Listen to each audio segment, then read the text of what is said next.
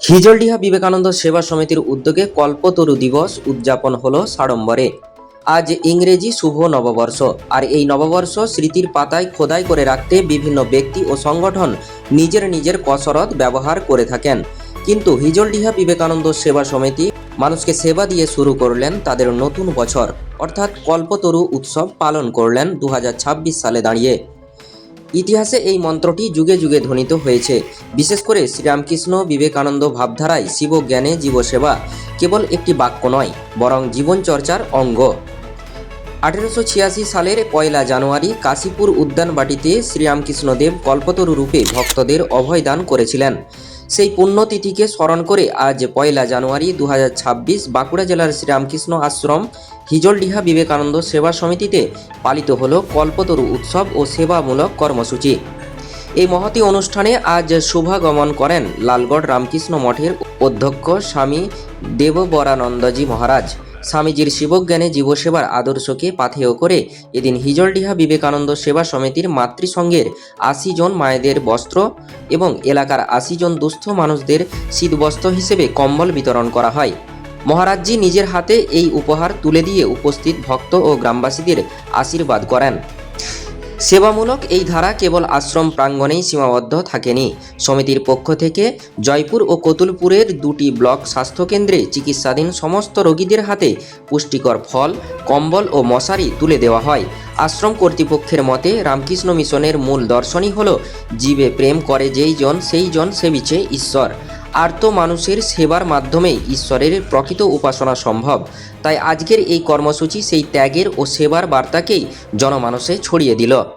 অনুষ্ঠানে উপস্থিত ছিলেন এলাকার বিশিষ্ট ব্যক্তিবর্গ ও হিজলডিহা বিবেকানন্দ সেবা সমিতির সম্পাদক বিকাশ পালথি সহ অন্যান্য সদস্যরা। বছরের শুরুতেই এই কল্পতরু উৎসব পালন হিজলডিহা বিবেকানন্দ সেবা সমিতির কেন, বিস্তারিত ব্যাখ্যা করেছেন আশ্রমের একনিষ্ঠ সদস্য চয়ন পালথি ওরফে শঙ্খ, এবং পাশাপাশি গুরুত্বপূর্ণ মতামত দিতে ভোলেননি তুষারকান্তি চক্রবর্তী। চলুন শুনে নেওয়া যাক বিস্তারিত। বাঁকুড়ার জয়পুর থেকে ইনামুল ভূঁইয়ার রিপোর্ট।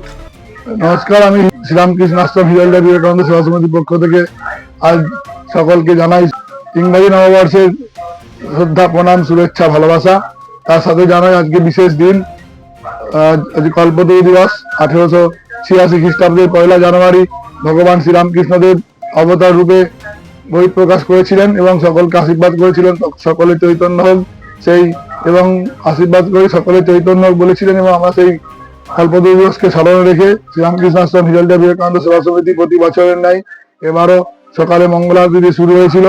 তারপর লালগড় রামকৃষ্ণ আশ্রমের সম্পাদক পরম পূজ্যপাদ স্বামী দেববরানন্দজি মহারাজ এই কল্পতরু দিবসের তাৎপর্য সম্বন্ধে বিশেষ আলোচনা করেছেন। মন্দিরে বিশেষ পূজা ভোগ নিবেদন হয়েছে এবং তার সাথে সাথে স্বামীজির শিবজ্ঞান জীবসেবার আদর্শকে পাথেয় করে আমরা যে গত জগদ্ধাত্রী পুজোতে যে শীতবস্ত্র কম্বল দানের সূচনা করেছিলাম, আর সেটাও আজকে আমরা প্রায় 80 জন দুস্থ মানুষকে কম্বল দিতে পেরেছি এবং 50 জন আমাদের মাতৃসংঘের মায়েদের শাড়ির উপহার হিসাবে দেওয়া হয়েছে। সেই সঙ্গে আমরা যে বিগত 10 বছর ধরে চালিয়ে আসছি 2টি আমাদের ব্লক হসপিটাল জয়পুর এবং কতুলপুরে যারা ভর্তি রোগীরা থাকে তাদেরকে কম্বল, মশারি এবং ফলের প্যাকেট দিয়ে এই সেবা পূজা শেষ করেছি আমরা। এবং রাত্রে মন্দিরে প্রার্থনার পর সন্ধ্যারতি এবং পাঠ আলোচনা সবার আয়োজন করা হয়েছে। এইভাবেই আজকের দিনটি আমরা পালন করলাম। এরা তো হচ্ছে এরা অন্য যে মাত্রার বিষয়, এরা তো হচ্ছে বলে প্রকাশ করা যায় না, অনুভূতি সবাই অন্যভাবে পালন করছে। আমরা এইভাবে স্বামীজির, যেহেতু স্বামীজির নামে সংঘ স্বামী বিবেকানন্দ হিজলডিহা বিবেকানন্দ সেবা সমিতি, তাই স্বামীজির শিবজ্ঞান জীবসেবার আদর্শ যদি আমরা বছরের প্রথম দিন থেকে শুরু করি, আমাদের মনের ইচ্ছা যে সেটা হয়তো সারা বছরই আমরা এইভাবে মানুষের পাশে থাকতে পারবো। তাই আজকে দিনটি আমরা এইভাবেই পালন করে আসছি।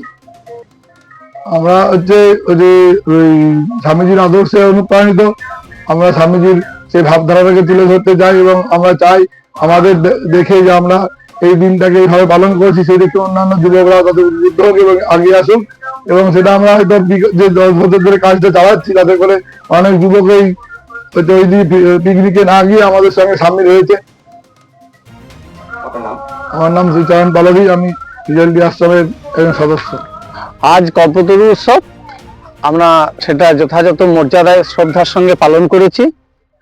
আমাদের মন্দিরে বিশেষ পূজা হয়েছে, একটি আলোচনা সভাও ছিল, যেটা হচ্ছে লালগড় রামকৃষ্ণ মিশনের পূজনীয় সম্পাদক মহারাজ এসেছিলেন। তিনি কল্পতরু দিবসের তাৎপর্য মহিমা ব্যাখ্যা করেছেন সবার সামনে, ভক্তদের সামনে।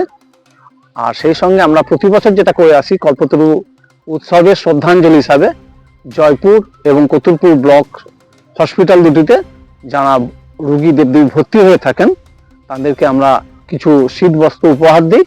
এবছর আমরা দিয়েছি কম্বল, মশারি এবং ফল মিষ্টির প্যাকেট। কল্পতরু আসলে একটা কল্পান্ত বৃক্ষ, যেটা ধরা হয় যে স্বর্গে থাকে এবং মানুষ যা চায় তাই পায়। কিন্তু এখানে কল্পতরু বলতে ভগবান শ্রীরামকৃষ্ণ দেব মানুষের কল্যাণে তিনি বিশেষ বর দান করতে চেয়েছিলেন, সেটা হচ্ছে চৈতন্য। তো এইখানে কল্পতরু হয়েছিলেন ভগবান শ্রীরামকৃষ্ণ, সেখানে তার কিছু জাগতিক ইচ্ছা পূরণের জন্য নয়, যা চৈতন্য স্বরূপ, যা শুভ কল্যাণকর, তিনি সবকিছু সেগুলোকেই দান করতে চেয়েছেন। সেদিন আনুষ্ঠানিকভাবে ঠাকুর কয়েকজন ভক্তকে দিয়েছিলেন। পরবর্তী ক্ষেত্রে তাঁর সেই আশীর্বাদ সারা বিশ্বব্যাপী বলা যা চলে পরিব্যাপ্ত হয়েছে। তাই আজকে জগতে আন্তর্জাতিক নববর্ষের সঙ্গে কল্পতরু দিবসটাও সমভাবে মানুষ পালন করে আসে। বিশেষ করে রামকৃষ্ণ ভাব পরিমণ্ডলে যারা আছেন তারা প্রত্যেকেই এটাকে মেনে চলেন, শ্রদ্ধার সঙ্গে দিনটাকে পালন করেন। আমাদের যারা রামকৃষ্ণ ভাবধারা পরিমণ্ডলে যে সমস্ত প্রতিষ্ঠানগুলি আছে, তার মধ্যে আমাদের একটি প্রতিষ্ঠান অন্যতম এবং অগ্রণী প্রতিষ্ঠান। তাহলে আমাদের রামকৃষ্ণ ভাবধারা অনুসারে মানুষের জন্য কিছু করতে হয়, সেটাই সেবা, সেটাই পূজা এবং সেটাই উৎসব। এই বছরও আমরা বিগত বছরগুলোর মতন আমরা প্রায় 1000 হয়ে যাবে, আমি সংখ্যাটা কিছু কম বা কম বেশি হতে পারে তা নয়, প্রায় 1000 জনকে মানুষকে আমরা শীত বস্ত্র হিসাবে আমরা কোথাও কম্বল দিয়েছি, কখন আমরা কম্বল চাদর দিয়েছি। আজকে যেমন কম্বল, মশারি, ফল মিষ্টি দেওয়া হয়েছে, কোথাও কম্বলের সাথে শাড়ি দেওয়া হয়েছে। এইভাবে আমরা এই মানুষের পাশে আসি। সেটা শুধু যে আমরা হেজলদিয়া আশ্রমের চারপাশে নয়, শুধু বিভিন্ন প্রত্যন্ত এলাকাতেও আমরা এগুলো বিগত বছরে দিয়ে এসেছি, এবছরও দিয়ে এসেছি। যেমন গতকালকে আমাদের দিয়ে আসা হয়েছে ডুবনিতে। ডুবনিতে আমাদের একটি আশ্রমের শাখা কেন্দ্র আছে, ওখানেও আমরা এটা দিয়ে এসেছি। আমার নাম তুষারকান্তি চক্রবর্তী। আমি আশ্রমে প্রতিষ্ঠা কাল থেকেই আছি, বিভিন্ন কাজের সাথে যুক্ত আছি।